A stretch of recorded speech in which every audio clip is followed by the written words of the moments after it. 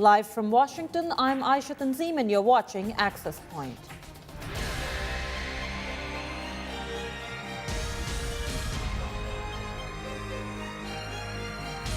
Hello and welcome. The election of the hardliner Mullah Fazlullah as the new leader of Tehreek-e-Taliban Pakistan, or TTP, has dampened Pakistan government's hopes for peace talks with the group. TTP spokesman has already indicated that Fazlullah is against such talks. What does his election indicate? Let's find out from our guests. We have Dr. Thomas Lynch, a distinguished research fellow for South Asia at the National Defense University. Also joining us is Raza Jan. He's the Pakistan team lead at the American Enterprise Institute. Welcome to Access Point.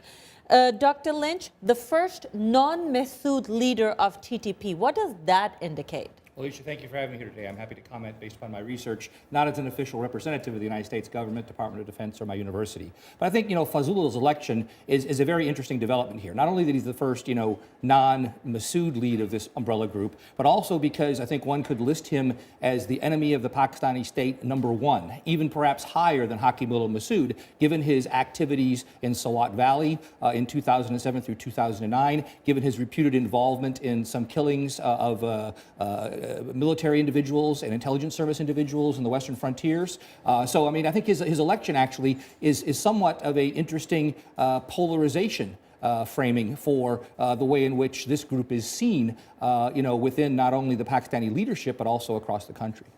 Reza, I want you to add to that, but also tell me, Fazlullah's so anti-talks. The first thing he says is no more talks.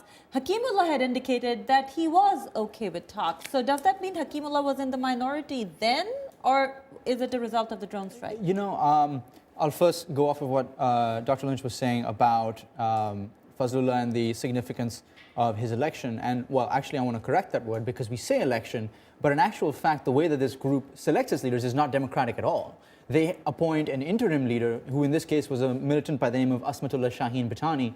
Everybody talks about it, they air their opinions, but in the end, Bhatani was the one who selected the leader, and there's some discussion that he selected Fazlullah to prevent a split from happening within the Massoud tribe because there were differences over who people wanted to be the successor. That said, it's extremely important that Fazlullah has been selected because he's probably, as Dr. Lynch said, he's one of the top most wanted, most hated militants in Pakistan. He's got a CV like you wouldn't believe, and I think it actually shows a fair degree of maturity within the network if he's able to consolidate control, that they're able to shift away from this militant group that bases its leadership structure very heavily on this tribalism to one that is really much more about the pan-regional Islamist militant group. Now, to come back to your question about, could you... Yes, definitely. I wanted to find out, was Hakimullah Massoud in the minority when he indicated? No, I think, to be honest, I don't think Hakimullah Massoud was serious about peace talks at all. There were factions within the TTP that were serious. He said that he was exploring dialogue, but the entire time, his group and factions related to his group were continuing to carry out attacks. I think he was very clever in this way in that he knew exactly how to sow discord within the Pakistani polity, is that he would talk about peace talks, his men would launch attacks, and suddenly you'd have all these factions suddenly popping up out of nowhere that we'd never heard of before, taking responsibility, and he would say, well, this wasn't us. And it would get the Pakistani government they'd buy that, or they'd at least publicly want to buy that. Or at least some opposition parties, with PTI exactly. being at the forefront. But do we know that those attacks were ordered by Hakimullah? According to the reporting that I've seen, the Pakistani government, part of the reason for their hesitation for the talks is they knew it. They knew that this group is behind all these attacks. And they don't have any other interlocutors to go through. They have to talk to this group, despite the fact that they know that they're behind the attack. So I think it's fairly, based on the reporting, based on the patterns, the signature of the attacks, it's fairly clear. It's fairly clear. Could I concur with Reza? I think he's exactly right here. I think it's important for people to understand that any discussion by either Hakimullah or his primary lieutenants about talks with the Pakistani government were hubbed around since early September 3 conditions. First, the release of all their prisoners. Second, the withdrawal of the army entirely from North Waziristan. And then third, and into the United States drone strikes, in that order. So, I mean, these were always preconditions that then were going to have to be met. So, with due respect to the Interior Minister, there was still great doubt, I believe, as to whether or not any emissaries going forward in, even Hakimullah's era would have been able to overcome this grievance, especially and in light of what Reza said was continuing attacks, which I read as trying to intimidate the government across the country to move forward. But on the flip side, the government has said, the ministers have said, on the record, off the record sometimes, that the reason that they wanted to do talks was A, to try to break away some of the factions, because as we know, there are 40 plus groups, and B, get national consensus. Can they still do that, Reza? At this point, if there are splinter groups that are genuinely interested in somehow coming in from the cold, they'll always still be able to work with those groups. As we've mentioned, the Taliban, the TTP is an umbrella group. There are splits. There can be, especially now with the leadership change, we might see more divisions that the government can try and work on. They'll always be able to talk to some groups. There will be others that are completely irreconcilable. And it seems at least now the central leader of the TTP, Fazlullah, is amongst that irreconcilable group. Now, they say that the reason that they wanted to go for peace talks is to get consensus, to build a national consensus. And you could even get behind the argument that at least let's push for peace talks so we know that there's no other alternative. To be honest, I don't think that's what the government was going for. We've seen from the day that they were elected, they've come in with a very specific agenda. Their primary interest is the economy and the energy crisis, and what they've really wanted has been about a year to deal with nothing else and have no distractions. They see this entire thing, they see the militancy question as a huge distraction to their agenda. They can't deal with both, and they were hoping that dragging out the peace talks would be a way of just buying them the time to do the reforms that they really wanted to do. But don't they? They've said very clearly that security is linked to economy, and Prime Minister said it during his trip here. He said you can't separate the two. Could they have worked on the economy without the security? And don't you think they realize that? Oh, I think they absolutely realize it, but I think Reza's point is exactly right. It's an issue of capacity, of political capacity at this point for a government, which really is, as Reza's correctly said, facing trouble on all sides, but no greater trouble than in the economy. And I think you see during the visit of Nawaz Sharif to Washington, take a look at that public statement, the 3-pager released by the White House. Almost a full half of that is dedicated to economic statements, joint statements. This is what Nawaz came to do. And I don't believe at this point that his government had an offer that would bring the bulk of the Taliban to the table. And I do think we should be careful about, not understanding the government may have an additional strategy here. I hearken back to the end of August when the, quote, titular leader of this group called the Punjabi Taliban, Asamullah Moyana, was basically excommunicated by Hakimullah and his group for being willing to sit down with no preconditions with the government. Now, if that individual is willing to talk on the side now because he's been pushed out of this group, and then you have Fazlullah, who is this extreme polarizing figure with the history of Sawat and with the attacks against Malula and others, you have a possibility here that the government can be weakening this alliance, and in addition, maybe even insulating itself from attacks in the Punjab if Moyana's group is not going to cooperate with Fazlullah to bring these strikes further into the country. So I think we overreach if we think this is all a catastrophe right now and there's not some way the government to move forward. But I agree with Reza. There has to be a focus on economy, and part of that is first to get international additional loan sanctions and help, and then the security piece following along with that would help a lot with more direct foreign investment, which isn't going to happen overnight because many international investors are still way too skittish about the landscape right now, both financially and security-wise. Now, a lot of people have questioned whether the Americans could have targeted Hakimullah without human intelligence and even participation of the Pakistan security establishment. What do you think, Reza? I think it is physically possible for the Americans to have conducted the strike without the involvement of the Pakistanis. They have that capacity. They've shown it in the past. I think it would be highly irregular in this situation for them to have done so, given that Hakimullah is a joint target as such. He's of extreme importance to the Pakistanis. And as we've seen in a lot of the reporting, the Pakistanis are deeply involved with the drone program in picking targets, especially with targets that they care about, people like Betullah, people like Wali Rahman, people like Hakimullah. I'm almost certain they were at least informed of the attack. I would absolutely agree with that, and would even go one step forward, having some experience in my past life of how these things go. I think a key point here is the fact that Latif Masood was apprehended in Pakistan in about the 11th or 12th of October. Number he two. was his number 2. So any pocket litter, any things he has in his pants, the United States, by the time Nawaz Sharif got here, would have already been alerting the Pakistani intelligence apparatus and perhaps even Sharif's advisors, hey, we're zeroing in on this guy. We have data and we could use it independently, or you could help us. Which do you want to do? Do you want to go pick him up and give him to us because there's a bounty on him both from Pakistan and from us, or whatever? So there would have at least, I think, been passive knowledge and passive allowance of this to take place. But I think it's important to remember that the capture of a guy like Latif Masood puts all kinds of things in play to do much more precise targeting and knowledge of certain things that we have had knowledge of before. And the fact that they captured Latifullah almost from the grasp of the Afghan intelligence, rather, what does that indicate to us? That is an extremely interesting situation because it's something that the Pakistanis have been complaining about for years, the belief that the Afghan government is giving shelter to, trying to get involved with supporting Pakistani militant groups from Afghanistan to attack into Pakistan. Now, whether or not it was true or to what degree it was true in the past, we don't know. But it looks like they were making the attempt to play that exact same strategy, the ones that they've been accusing the Pakistanis all these years of playing against them with the Haqqani network and the Quetta Shura Taliban.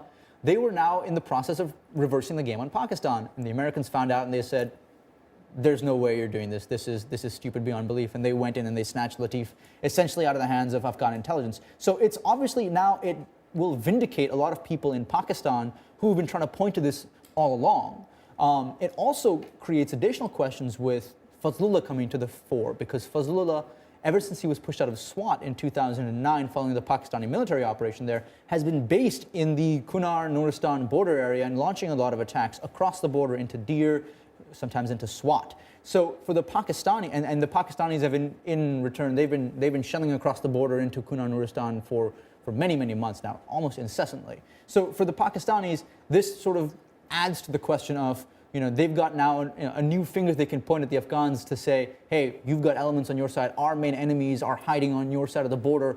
We don't want you to be supporting them, or, we accuse you of supporting them. It makes it a much more complex situation. Dr. Lynch, does it somehow take away from the myth that the TTP and the Afghan Taliban are totally separate? Because Fazlullah could not have survived there without the help of the Afghan Taliban, just like Haqqanis probably couldn't have survived there without the help of TTP. Oh, absolutely. There's extensive intermixing here, but I think we have to be careful about understanding that intermixing to be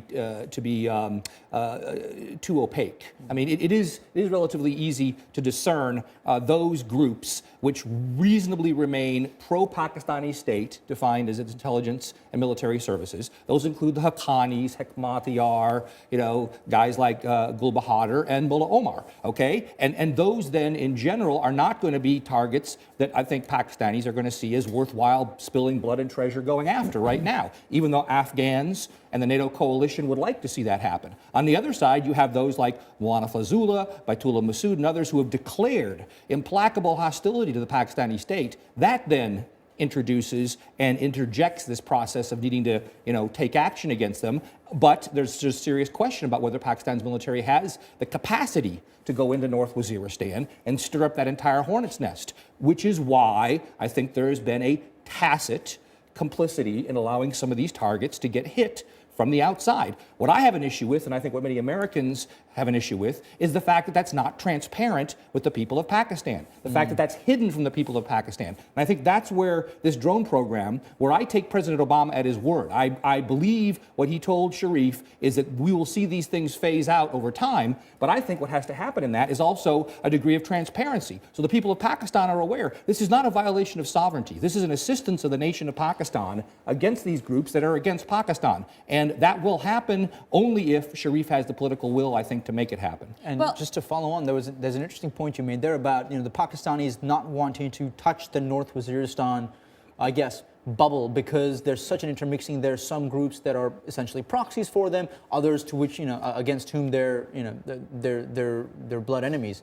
But I think now this creates a very interesting question. We were discussing it. Some of my colleagues and I were discussing it earlier today. Is with Fazlullah now coming to the fore of the movement, does he translate the infrastructure of the TTP's leadership up to his area of operations? Does he come down to Waziristan? In Afghanistan? And if there is a shift, does this now open new doors for the Pakistani military to take action in places which are less uncomfortable? Something else very interesting that I was discussing with somebody, and they said one of the reasons Pakistan military is so hesitant in going to North Waziristan is even though in the tribal areas the militants have killed 600-700 elders or mullahs, they haven't killed any in North Waziristan. Apparently there's some kind of truce between the militants and the tribal elders where they don't step on each other's toes. So if the military goes in there, it's a whole... Well, I think that's right. I mean, even though people can rightfully punch holes in that thesis, I think that the manner in which Pakistani security has operated for the last 60 years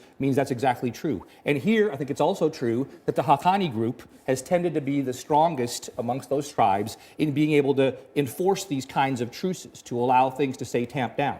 And back to Raza's point, I think this is interesting. If Fazullah takes the locus of TTP then out of North Waziristan, in essence starts disentangling it with the Haqqanis, does that then give access and opportunity to the Pakistan military now to go after Fazullah on more of his home territory or further north, Bajur, Sawat, other areas, and then leave the Haqqani nexus out of the picture and make it less difficult for this opportunity to happen, not immediately, but perhaps further downstream? Now, I'm very interested, since you raised the drone issue and you raised the transparency and sovereignty issue, we know now with the Washington Post story and WikiLeaks and all that good stuff, that at least until 2011 there was cooperation, there were briefings. But since then, how much knowledge does the Pakistani government have? We know Mr. Nawaz Sharif raised it in the UN. He raised it in front of President Obama. He raised it in the joint press conference. So, I mean, that's as high as it gets. For the Sharifs, it's been part of their election. It's been part of the vocabulary of their election and their government that this is not something we approve of. This is not something we agree to. They definitely know what the situation is, what the agreement is, the unspoken agreement essentially is on how drones work. They may not like it. Unfortunately for them, and probably unfortunately for the situation in general, I'd say they're not really involved. I don't think the Sharifs, the Pakistani government as it is on paper, is really that involved with the drone program. As you said with all the Washington Post reporting, the Pakistanis are involved. But when we say that, we're talking about the Pakistani military specifically, and even within the Pakistani military, it's a very small subset of people who are really briefed on the program, who have involvement with the program, who are assisting the program. So yes, up to 2011, there was a certain amount of cooperation. There was a very rocky period, of course, with the year that Osama bin Laden got killed. But even so, I think when it comes to the drone program, and specifically when it comes to targeting either Pakistani Taliban fighters or then Al-Qaeda fighters, there continues to be a level of cooperation that takes place with Pakistani officials, but of course, let me ask you, not necessarily the government. Cooperation or information, because they're two different things. The Pakistani claim, yes, America might tell us right when they're about to strike someone or after they strike someone, we've done it or we're about to do it, but that doesn't mean we are cooperating. Dr. Lynch? Well, I mean, yeah, we can get into semantics here, but the bottom line point is, even though I intensely disagree with his argument, Imran Khan is not terribly off base, and that the Pakistan military has options to end the drone strike comprehensively. I mean, their fighter jets are are far superior to drones in terms of being able to identify, strike, and take them down. But having done that, is that where Pakistan wants to be? And here I think Mr. Imran Khan is very off base. As Pakistan claims to be America and the West's best ally in the global war on terror, do they want to be seen then as taking action precipitously to stop strikes against known and wanted terrorists, branded so by the UN, like Ramadan al-Malak, like Hakamullah Masood, like countless numbers of foreign fighters that have been identified and killed in that region, thereby taking them out of position to do attacks in Western Europe, in North America, or other parts of the world, or even in Pakistan. And that's not where Pakistan wants to be right now as the best ally that the U.S. and the West has in the war on terror. You get into it changes the situation dramatically the second that you start using military force against United States assets. Shooting down a drone is a huge red line. I don't think the Pakistanis want to go anywhere near that situation. They know it's an uncomfortable situation. Part of the drone blowback is really their own making. And as we mentioned, the transparency thing is an issue. If the Pakistani populace was aware of the fact that this is essentially the United States assisting the Pakistani government with its own security and protection, it would be a situation. Although I'll question that, Reza. Sure. Is the U.S. assisting Pakistan? Because the Pakistanis, as most experts say, want the TTP target. The U.S. is targeting the Haqqanis, which are assets for Pakistan. So is there cooperation? The United States is primarily targeting Al-Qaeda. Yes, we see Haqqani fighters die, and on occasion they may have targeted Haqqani specifically. And we also see them, on occasion, specifically target people who are TTP fighters. Now, of course, it's a whole other situation when you try and disambiguate the TTP from Al-Qaeda, from the Haqqanis. In the end, there's so much interlinkaging where I think the differences are really not that important. But what we see is the primary targets of the drone strikes are Al-Qaeda fighters. You see these TTP guys die in them, you see Haqqani guys die in them, but they die because they're in the room. Because they're in proximity. That's correct. And let me just add to that those strikes by our own law need to go against those that have been identified as international terrorists, either by the United Nations or by separate standalone findings. And so, for example, with the Haqqanis, I mean, in 2011, there was finally steps taken, first to identify 6 and then 8 individuals who were tethered and tied to known international terrorists and were either funding or assisting their transit, and therefore they became viable targets. Hakamullah Masood made himself a viable target when he admitted and acknowledged that he was involved in a strike against a base in Afghanistan that killed a lot of U.S.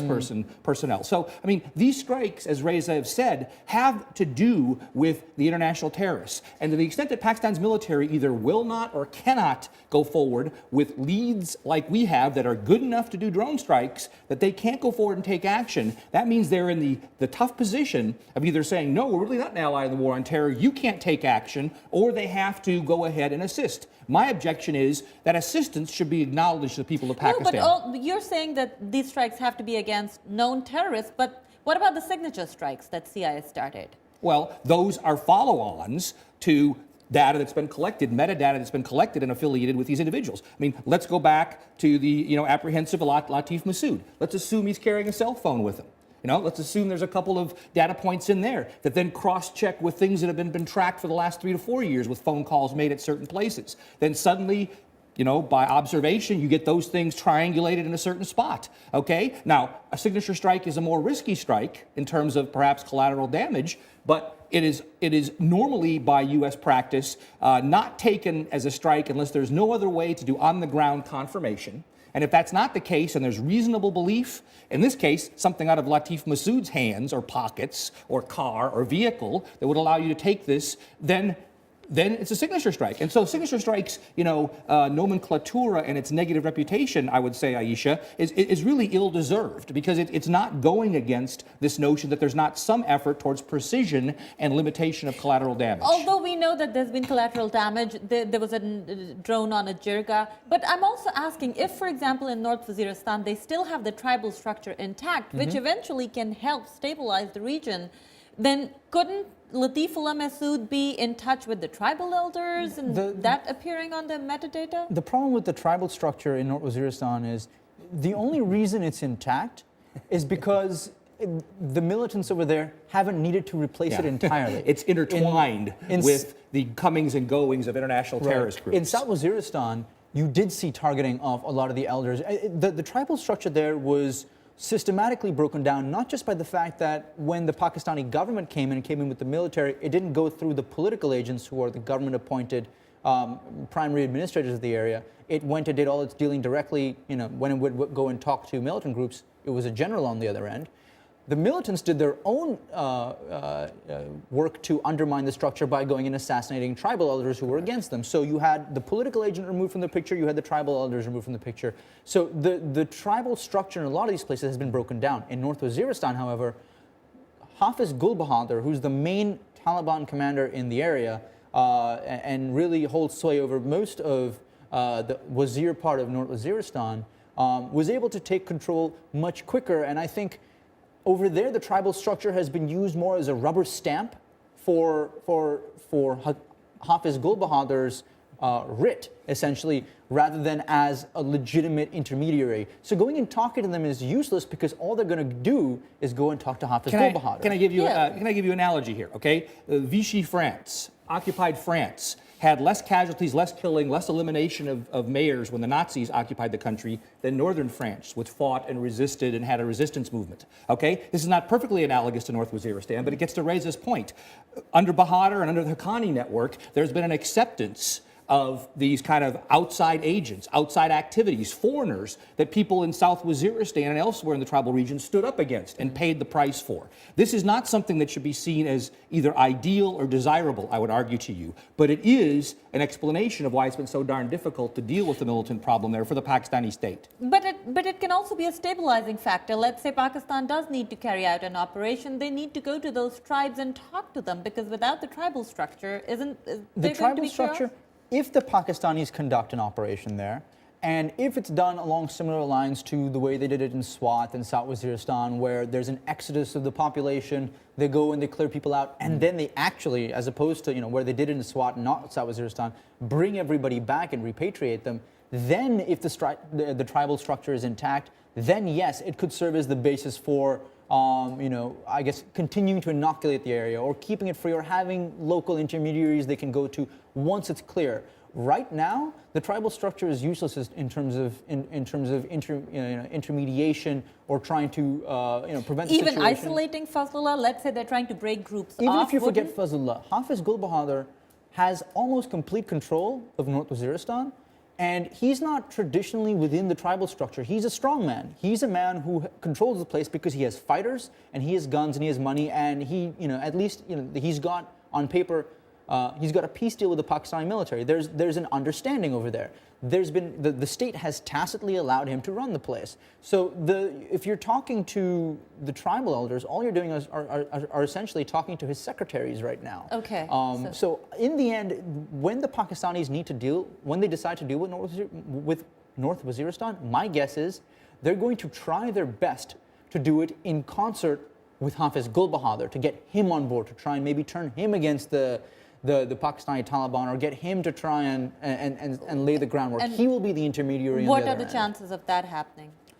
I think that's still an open question. I think we'll see how this government proceeds. We'll see how the military, under its new commander, who remains to be named, with the departure of General Kiani, we'll see how they perceive and approach it. But I'll tell you, having watched this carefully in 2008, 2009, a key variable here, back to what Reza has said, is going to be how the people of Pakistan feel about what TTP represents. And if we know anything about Mullah Muani Fazlullah, is that he is a polarizing, alienating figure who will do outrageous things that will really threaten the sovereignty and the security of the Pakistanis. And I'm not saying the military is planning it this way, but if they look back to 2008, 2009, they got to be thinking, this guy is going to muck it up. This guy is going to make the rest of Pakistan, make the rest of Pakistan turn against him, and then we will have the support we need to go in and do this very difficult task of displacing people who are innocent, of taking action against his group, and then of consolidating and rallying. So I think we need to, give this time and not presume an outcome at this point. Let me quickly ask, we're in the last few minutes, Sheikh Khalid Haqqani, the deputy TTP chief now, what do we know about him? So he is, we actually don't know that much about him. We know he's been in some militant videos, but when they were released, his face was blurred out in them. So let me get to the question, because he's newly named as the deputy. Right. He's again a non-Masood, and he's now the deputy. He's from Sawabi district, yes. What's his connection to Haqqanis? So the Haqqani name is an interesting thing, because the Haqqanis of the Haqqani network, Jalaluddin Haqqani, the founder of the network, wasn't himself originally named Haqqani. He took the name from the Haqqaniya Madrasa in Akora Khatak, which he attended. So at this point, now Haqqani has actually become a family name for them. Haqqani could indicate membership of the family. It could indicate affiliation with the Haqqani network, or it could simply indicate that you are a graduate of or attended the Haqqani Madrasa. So when this Sheikh Khalid Haqqani, who's been named the deputy, has Haqqani at the end of his name, it's a red flag for us to look more and find out and see if there's connections between the two, but it's not necessarily determinant, because it could be from any one of those things. And again, he's from Sawabi district. He's not traditionally a tribal. We're still trying to find out more about his background. So there's, long story short is, we don't know if the name Haqqani at the end necessarily indicates any connection to the Haqqani network. It may not. Very interesting times. We're all watching very carefully what's happening. Hopefully, I'll have both of you back, but that's all the time we have for today. Our guests were Dr. Thomas Lynch, a distinguished research fellow for South Asia at the National Defense University, and Raza Jan, the Pakistan team leader at the Critical Threats Project at the American Enterprise Institute. And thank you for watching. Please send us your questions, comments, suggestions on our Facebook pages, and follow us on Twitter. Until next time, goodbye.